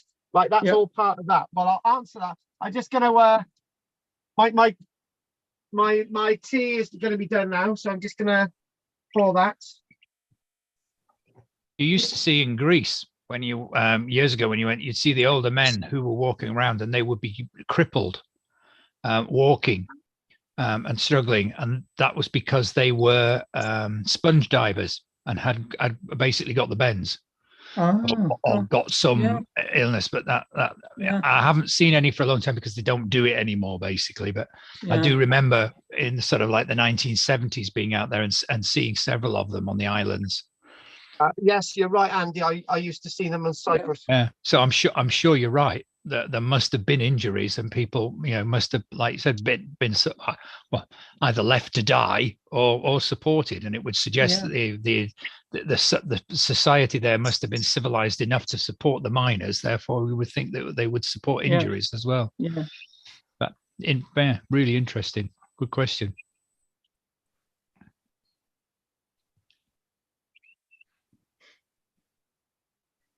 It's probably why they filled all the other ones in, put the bodies in. Some of them must have collapsed on the people inside. Yeah. There must have been falls as well because they've got those rather flimsy ladders, and and they're carrying rocks on. According to that illustration, that plan that he was showing showed going off some of them quite a long way, and chalk won't support that. So. Did they use chalk in pottery making back then, in ceramics? I don't know. No, I don't. Just wondered.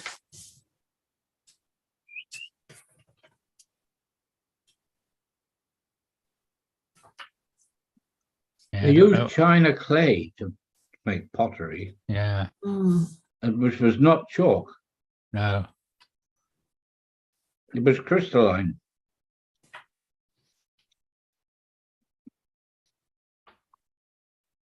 Interesting. Because that's kind of like the same process as how you end up with flint, isn't it? There's that glassy effect. Yeah. And yet that's been used heat.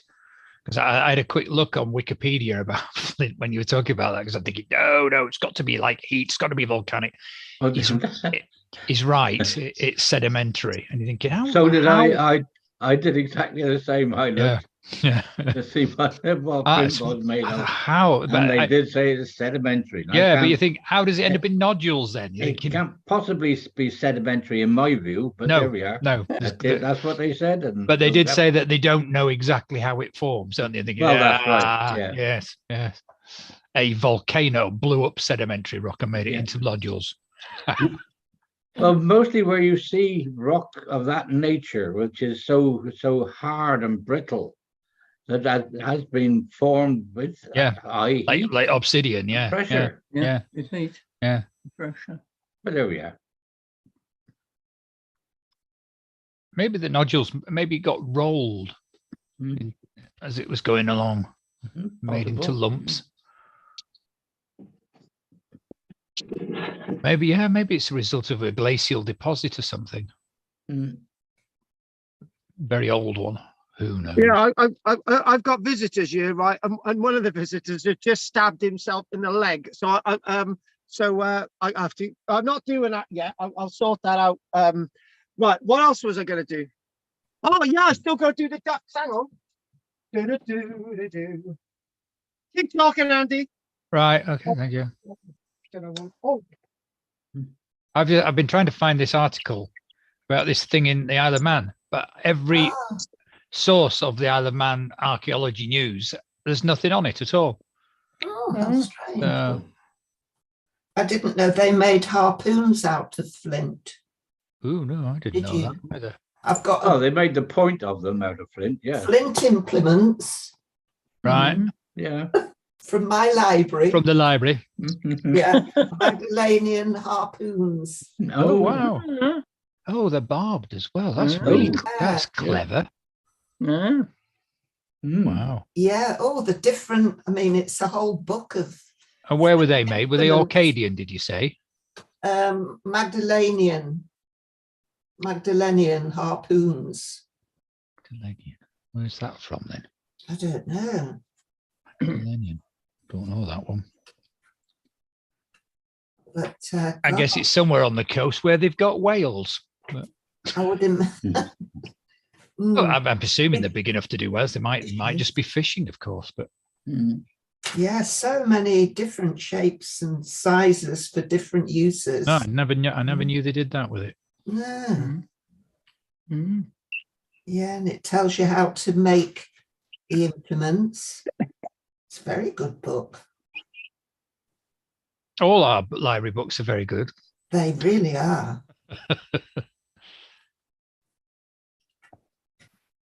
Oh, there's the Mousterian double-edged scrapers, Levallois point technique. It's a whole other language, isn't it? Mm. Levallois, I've heard of Levallois. What's that? I presume it's French, but these flints that they found in France. Have you heard of Levallois? No.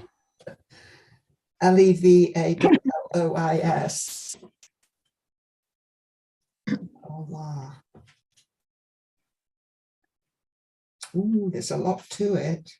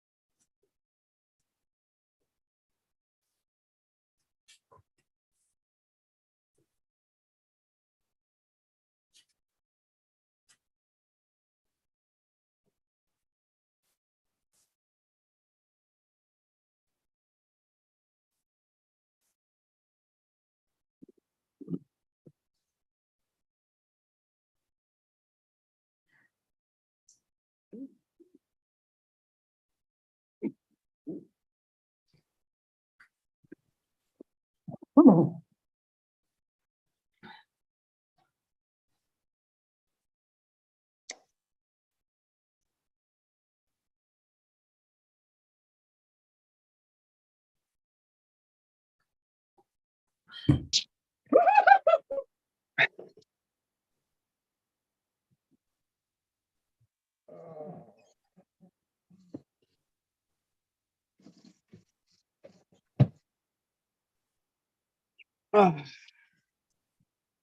God, I don't think I'll be doing that again in the dark. So I just told you somebody stabbed themselves in the leg, right? Well, I didn't realize I didn't realize I put my hand on their blood, and I for some reason I licked my hand. Ugh. Right, a nice bit of iron there, Pete. Well, yeah, it's good for you. Right, let's crack on. Let's crack on, folks. Right, we've had a nice little break, so that's good. A 15 minutes break. So let's crack on with it. So whether we get on to whether we do get onto the issue of the cove at Avebury, I don't know. But anyway, we've got half an hour to kill now, and that's it. So let's see. Pat's still there. No, Pat's turned into a box. Right, let's crack on with the images. We love you. Yeah, yeah, yeah. Right. Okay. There it is. That's what Dave was on about earlier on. So I'm going to try and get into the flow It again. doesn't look because very sharp at the edges, does it? The bottom does. the bottom does, Pete. Oh, well, if you say so, it doesn't look that sharp to me. Hang on a minute. How have we got Stabbing. this? Is it? Hang on. Have we got this? Have we got this on the screen now? That way, right? Yeah, the bottom does, Pete. Pete, stop being obstropolous. Why? Why change a lifetime? Absolutely. Can't be yourself at your age, Pete. It's a bit of a sad do, isn't it? It certainly is. It certainly is, Andy. Yeah. I wouldn't want to be. Yeah. Anyway, there it is. Now there is. We don't actually have a site plan, right? But one of these. Oh, by the way, there's an old site plan. There you go. And the thing is, when you look at that old site plan from 1761, right? It's almost as if like they put a boundary line through the area of Grimes Graves. So there must have been more that I feel. So trying to get back into this again. One unproductive shaft out of the small numbers of pits that they've excavated, it's said may have actually been turned into some kind of shrine. We mentioned this the other week. Now, they basically say that there were flint lumps that had been built. It's describing that there was an altar of flint lumps that had been built with a chalk bowl at its base and antler picks piled around. Now that sounds very unusual. That's their interpretation of a temple. However, to add to this, what we're going to do, hang on a minute. It's all, hang on. Right, to add to this, we've got this figure. Right. They say that in front of all this melee of sort of chalk bowl and lumps of flint, they're saying that there was a Venus figure of chalk. I also mentioned the other week that there were chalk phalluses and chalk carved bowls. And it said that this one pit, out of the numbers that they've excavated, this is what one of the archaeologists has said, may have been an attempt to ensure that the mine remained productive or fertile after this particular shaft turned out to have little flint in it. So in other words, what they're saying is that this one was the sacrificial shaft for the rest of the mining landscape. Maybe. Yeah, my hands are just up in the air thinking, who wrote this, but we mentioned this a few weeks ago. However, it's possible that the Venus figure and the phallus are modern fakes. Now, it's basically saying that there is a lack of primary evidence surrounding their recovery in 1939, and rumors circulated at the time of the excavation that they were planted in order to deceive Louis Armstrong, the archaeologist overseeing the dig, and it's said that maybe it was a girlfriend of his who was actually an artist. I think it was his wife that may have actually put these things down here. So we may have gone off on a total red herring, but it's useful to bring that news in there to sort of give some kind of raison d'etre to the archaeological landscape. Now, I've realised that there's not a hell of a lot more I'm going to be saying about Grimes Graves today, which is fine. But naturally, some more food for thought. So the next point to be made here is back towards this word I used earlier on with Anne. You know, this revolution, this industrial sort of. This is an industrial revolutionary landscape for thousands of years before our industrial revolution from 1750. Such a large industry may have required supporting infrastructure. Now, when we think about when we think of it's not on here, so I'm gonna have to go to I'm gonna have to do my help save me Google. So there we go, Grimes Graves, and hopefully we'll get an image. This here, we showed this the other week. Now, the other point as well is this is a point that I've made more or less through the entire lecture, really. I've said that, you know, there must have been some kind of infrastructure, right? I'm finding this very difficult to think that the people who could have done this could have actually gone out and ploughed the fields at the same time and supported themselves. There's no real evidence either to say that one of these was operational over 2 months, 3 months, or a year, right? There's no real evidence to say that there's any specific timetable. Lots of this is presumption. So is it really presuming that there was a massive supporting infrastructure like this? I'm like thinking that this is more like it, right? And also the other thing as well is, you know, having loads of loose animals wandering around, you're going to have to be pretty sure that none of them are going to fall down the mine shafts, right? So assuming no more than 2 shafts were open at any one time, that goes to Andy's point that this was a family-based thing. Around 120 red deer may have needed to be bred and managed nearby in order to provide a steady supply of antler, as well as skin, food, and other products that the miners would require. Now, we've gone down the lane of Hollywood there, right? And I've forgotten that we've got a point I've got to work with Anne at the end of this before we ask any questions, right? So I've got to remember that. And the reason why I'm saying it's Hollywood, you're presuming that they didn't have the ability to have other materials to use as clothing. As we know, you could have a nettle items of clothing. You can have from Otzi the Iceman. We've got reeds being used for clothing, right? So we're presuming that the red deer are the be all and end all of their requirements, which is a false impression of the past.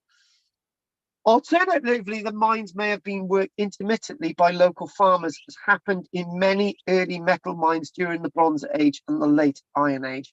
Right, now that's an interesting point. I have, in the whole lecture, really dismissed that, right? Because I've been very much into saying, you know, these people mined and then they were supported, right? So I've dismissed. So maybe the mines were used for a short period of time, and then they went back to work them. But that I've just shot myself in the foot by even presuming that, because the mines would slowly decay over a few months, and they would fill up with debris. So the debris would have to be taken out again, and they would be dangerous. So it's unlikely that they'd have been left open. So I'm back to the idea that maybe these people were supported, or they had extended families, with that idea of a family community landscape, or a family orientated landscape, which is like a typical Neolithic idea that we've been talking about.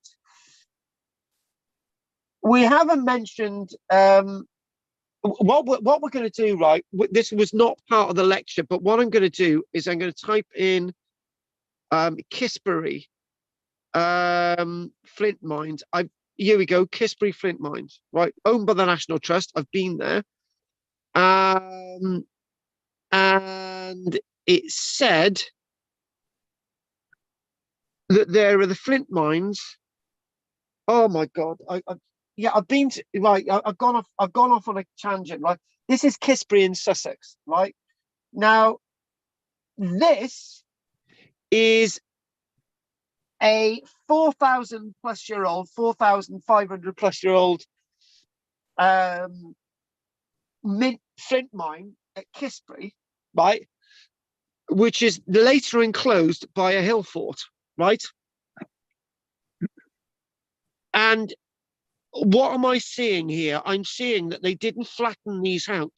And this goes again to prove that hill forts were used to keep animals and supplies rather than populations, because the mines are clearly enclosed within the Iron Age defences, which came up to 2,000 years later. That's at Kisbury, right?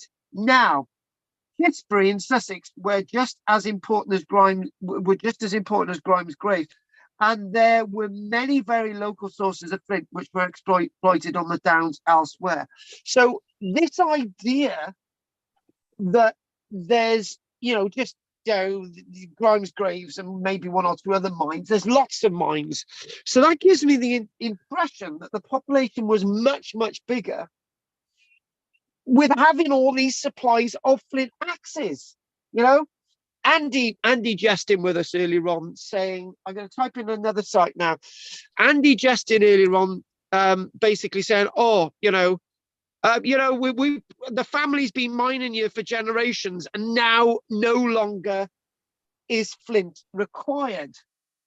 And you're thinking, well, loads of other people are doing it as well. It's a massive industry, and obviously the industry didn't just finish there and then. So this next site wasn't part of the lecture because it's Harrow Hill, and Harrow Hill is also in Sussex, and there should be a really nice image. So what we're going to do is we're going to type in flint mines at Harrow Hill.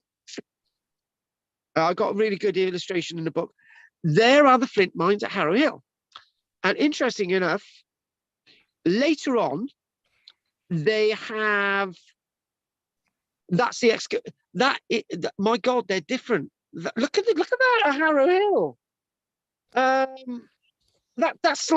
That's a different interface, isn't it? It's like a big area. It's like open cast in a way. That's at Harrow Hill. Mm. That is very different. That's in Sussex. So this is a different experience of mining altogether. It really, really is a massively different experience of mining altogether. And there's another point that we need to make. Oh, actually, this would be, there you go. At Harrow Hill, there's a defended, or there's a ditched and bank site there above it. And this is poxed on the hill. Right, Harrow Hill, these can be mined from that other illustration that we've seen horizontally, really, as there. That's very, very, very interesting, that.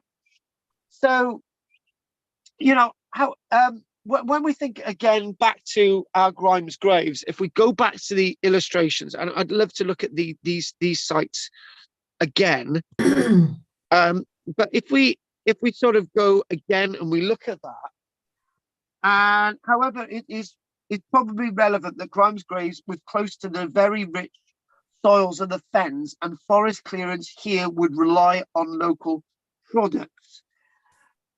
So then we know these artifacts were traded, but was trade the be all and end all for these people? Or maybe we've got this wrong and it's just for local trade, except one's eventually made it elsewhere across Britain from the evidence at other archaeological sites. So coming towards the end of this now, right? Hang on a minute. Coming towards the end of this, and I just got to click something there. Coming towards the end of this, and so we know that there was extensive farming settlements within this landscape, and there's also, this is interesting. Some of these that have been excavated, and Andy, this goes back to my original point. Some of these were so much left open, right, that they were filled in as middens, not with the chalk.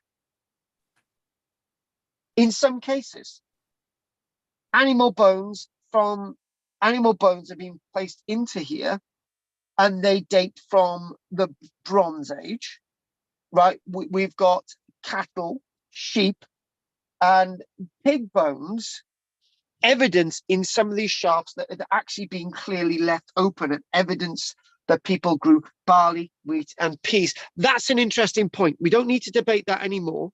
That's an interesting point.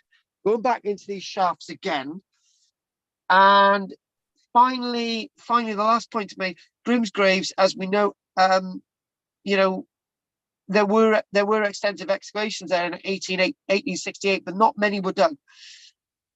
And there is something else to be said here, which might also be useful. So, if we go back to that plan, we go back to here, right?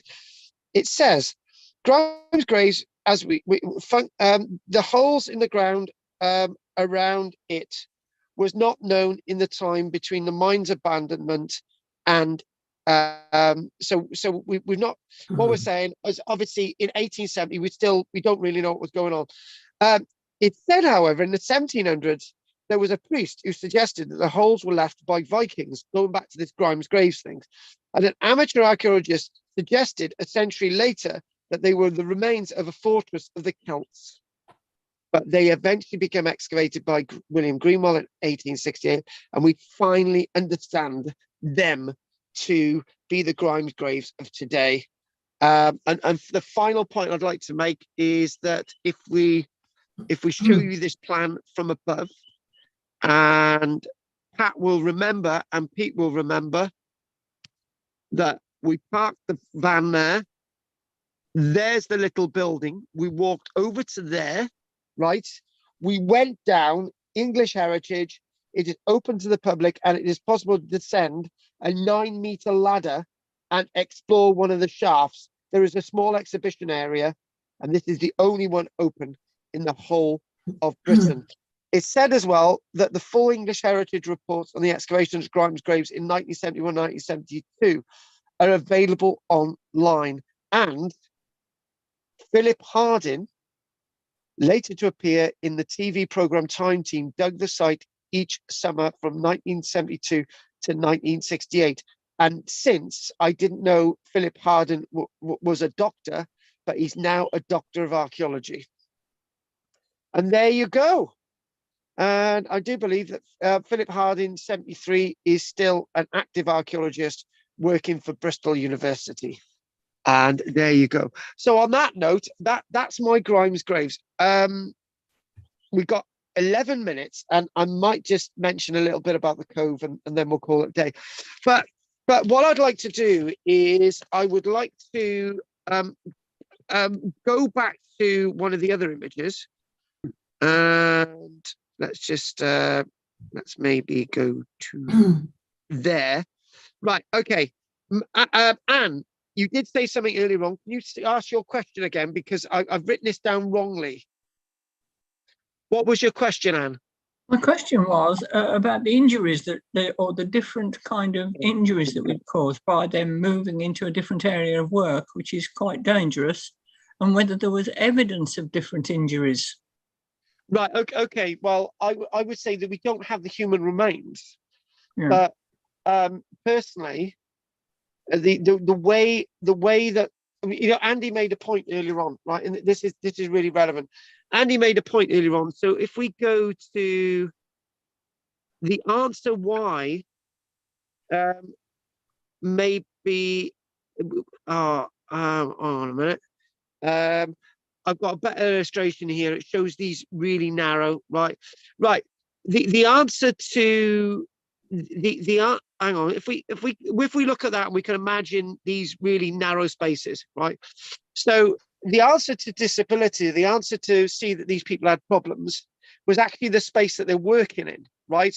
And obviously, the way they worked might have indicated that they actually had some impairments due to the activity in the first place, right? It's quite easy to say that people may have mined in a certain way because they were able-bodied, but people might have had impairments within their limbs and damage to their limbs, which made them more suitable and able to dig in these conditions in the first place. That is the first thing. And if we looked at if we looked at how the axes are broken on the axes, the antler axes, if we look at how they're all shaped and the breaks on them, and basically the wear on the axe handles, to see if that's affecting the hands and the movement, that can all be analyzed. So there is possibility with the absence of human remains to dictate the ability to see if these people actually had physical problems due to the activity in the first place. And I do believe that is actually possible. But hopefully that answers your question. And maybe the answer to your question is actually in front of us. It's an elephant in the room.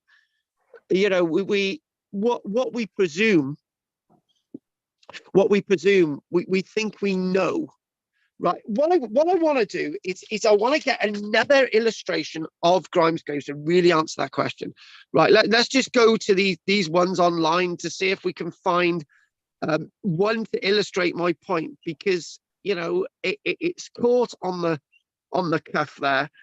Right, first of all, right, that's quite low down. Those are quite low down, so you're gonna have to be hunched working in there. Let's just see if we can find some more images.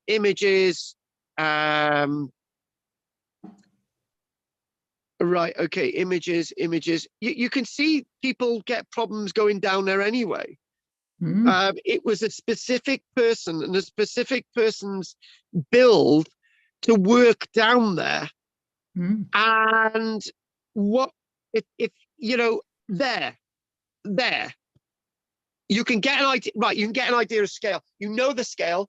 That floor stone is no more than about 10 centimeters, 15 centimeters in thickness, right? So that is really, really narrow, right? So that's going to have an effect on the body, right? After a time, people are going to get used to these conditions, and if they've got used to the conditions, they have got impairments. By lack of evidence, we've got the evidence to look at the confined spaces they're working in. And the answer is yes. That's what my master's degree is in. So the answer is yes. So the answer is yes. Right, good. So what I'd like to do now, I would like us to look just for 5 minutes on Avebury, and then we'll just ask any questions, right? Because I got these images set up, and I would just like to see if I can flick this off, see if I can flick my fingers. There you go. And we go to, right, so what we've got in the middle of Avebury, there you go, you've got something known as the Cove, right? And this is a rather interesting monument, and there's an association of stones with it. And if we go and have a look at the site today, we've got these two massive stones, right? And we go back, we've got these two massive stones in relation to the building. And there they are, these two stones. There's another stone associated with it, but it's a little bit of a distance away. Look how massive these stones are, right? Huge, massive stones. A little bit exaggerated there. But I didn't know that they had actually, because of subsidence, they had actually sort of altered the stones a little bit, which has actually upset me because I didn't actually know that. But you can see these from the road, massive stones, and these are the vehicles back. And again, there's another, that's that stone in the distance in relation to that. And again, back to these. So I just wanted to just a few minutes on this. And see what we can get out, and obviously that we'll call it a day. So as we know, you've got these two cove stones, and these are within the the northern inner circle. And amongst the largest and finest stones of the whole monument, for me they are, and Pete can remember them as well. It has long been accepted the stones of Avebury represent male and female characteristics. Is this what this is saying? We do know that there were other stones, and it's sort of, you know, there may have been other stones there associated with this cove, and this says that in 1713 there was another stone, and that's since been destroyed. We know that this cove itself, as an individual monument, was constructed at least 5,000 years ago, and some of the earliest components associated with the likes of Avebury, and they with the likes of Avebury, because we basically said that that square there, which with the obelisk in, so this represents part of the earliest site, as well as within the northern circle. Researchers believe that these represent, it could be something to do with the tomb. This might be some kind of long barrow associated with the monument. We don't know. It's not been properly really excavated. As with so much at Avebury, it is a pity it hasn't survived in its entirety. It's been mucked around and destroyed, as with one of the stones in 1713. It fell, and that stone itself is no longer there today. When we think about this, we think that we think with this whole thing that when we go back to it was indicated back to this original plan, and we might actually complete this next week. It said that there was indicated stone F, which is no longer there today, and this was indicated by John Aubrey and William Stukeley, indicating that this cove was much bigger, a monument. And they say that maybe the stone arrangement here was something to do with the solstice. Now, what we do know is that these stones are that stone is absolutely massive. You can see there, it's a huge stone, absolutely huge, massive. And it's basically said that this is huge and massive construction. And may have had a far deeper belief than the rest of the monument at Avebury. We know that there were more stones that circled and surrounded this many years ago, but now they are long since gone. And it basically says, and we'll end on this, recently the cove stones have undergone work to stabilize them. During this process, excavation has revealed that the stones are set far deeper in the ground than had been previously thought, which makes them substantially larger than earlier estimates allow. And that stone, hang on a minute, the other stone, that one there alone is believed to weigh, now that they know it's deeper in the ground, they do believe that that stone alone weighs 100 tons in weight. So in other words, Peter, that stone's much bigger. If that's believed to be 100 tons in weight, and I said that day that we were there, that's 50 tons in weight, and there's a lot more under the surface, and I've got that wrong, how big is that stone? So what we're going to do, we'll start off with this a little bit next week. We'll start the lecture off with the cove next week at Avebury to bring us into the lecture next week. We won't do any more about this. So I want to do a little bit about this, give you an idea of scale and a sense of majesty. It'd be a shame to, there's about another 10 minutes with this, but I don't want to do it now. We'll do it next week. So that's what we're going to do. We're going to call that a day now, and we're going to find out if there are any questions. So this has been quite intense tonight, to be honest. It's usually a little bit more fluid because we've got lots more topics, but that's fine. So we're going to call that a day. So we're going to start off with Margaret. You're looking quite saucy tonight, so we'll do Margaret, then we'll do David. So Margaret, anything you'd like to say? No questions. It was very interesting. Thank you. Thank you very much. Right, David.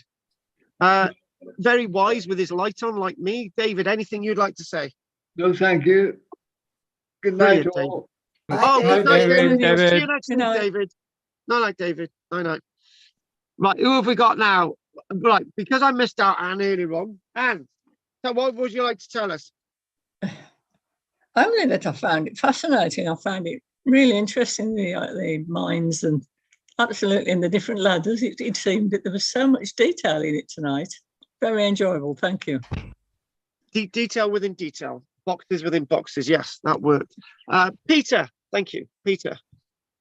Well, I say we actually went down inside one, and it was amazing. I must admit, being down actually in the Grimes grave and seeing where the flints came from, and then seeing the church that was completely covered with pieces of flint on the outside to preserve the surface.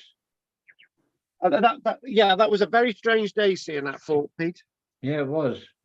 It was like I knew what I was seeing, right? But it was like oh guys, we just got a little piddly Roman fort around the corner with the massively more or less complete walls. And after seeing that church, it was great. Yeah, it was great. So right, anyway, thanks for that, Pete. Who have we got left now? We've got Pat. Go for it, Pat. Nothing to say. No, I thought it was great. Really appreciate it. Thank you. My appreciation in having you along. And Andy, anything you'd like to say? No, thanks. Always a fascinating sight, that one. Which one? Grimes graves. Yes, exactly. On that note, Are there other flint mines in other parts of Europe that have the same kind of crater defect? Or is that quite unique? Oh God, hang on a minute. Do you know what I'm going to do, right? Has anyone written down the flint mines in those other countries? I could there just were groups of people in far west Wales, down towards Dale Fort, etc., who got their flints from Ireland. Yeah. Yes, they did, because we got a mine indicated in Ireland. Yeah. You said Poland had some flint mines. Yes, we're going to. What I'm going to do is, and one in France. Hang on a minute. I just gotta work out where. Oh, right. Hang on a minute. Yes, we got flint mines here. So we got. Right, okay. I'm going to type in onto the laptop. I'm going to see, flint mines in France. Flint mines in France. No, it's just coming up with ours. But there are a few flint mines in France. Right. Yeah, I've got the site name. It's S. It's the one I said, SPE. I'm just going to answer that question. SPIENES. So if we get there are a few in France. It's showing underneath.